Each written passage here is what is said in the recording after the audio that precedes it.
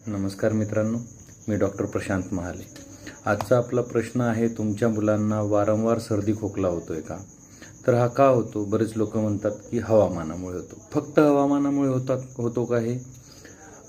पुन्हा पुन्हा आजारी पडणं, यामागे इम्युनिटी कमी असणं, ते इम्युनिटी कमी असण्यामागे मे बी त्यांनी व्यवस्थित न खाणं, त्यातनं त्यांचं प्रतिकारशक्ती न तयार होणं, किंवा वेगवेगळ्या प्रकारची ॲलर्जी, असे कारण असू शकतात.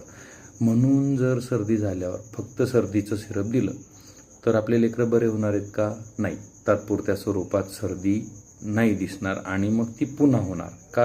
कारण त्याचं कारण वेगळं आहे. म्हणून होमिओपॅथीमध्ये प्रत्येक मुलाचं वेगवेगळं कॉन्स्टिट्यूशन लक्षात घेतलं जातं, त्यांचे स्वभावगुण लक्षात घेतले जातात आणि असे उपचार केले जातात जे मुळापासून सर्दीचं कारण घालवतात. उपाय म्हणजे फक्त औषध देणं नसतं, तर तुमच्या मुलाचं झोपेची, खाण्याची, भावनिक गरजांची देखील काळजी घेतली आणि ते अनुसरून औषध दिलं, त्याला अनुसरून, तर तुमची मुलं हे मुळापासून बरे होतात.